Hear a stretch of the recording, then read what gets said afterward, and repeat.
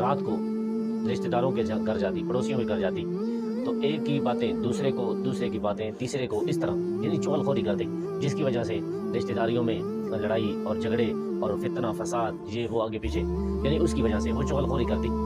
تو بھائی کو اس ٹائم پتہ چلا کہ ہاں اللہ تبارک و تعالیٰ نے اس کی پکڑ کی ہے، تو اس وجہ سے اس کی قبر کے اندر آگ کے شعلے ہیں۔ حضرت گرامی سنا آپ نے کہ بے شک انسان نماز پڑھتا ہے، انسان کو ٹائم کے اوپر نماز پڑھنی چاہیے، انسان کو اپنی پاکیزگی کا خیال کرنا چاہیے، اور اس کے ساتھ ساتھ جب وہ نماز پڑھتا ہے پھر چغل خوری بنتی نہیں ہے۔ ویسے بھی چغل خوری کرنا، ایک کی باتیں دوسرے کو، دوسرے کی باتیں تیسرے کو، اور لڑائی جھگڑے کروانا،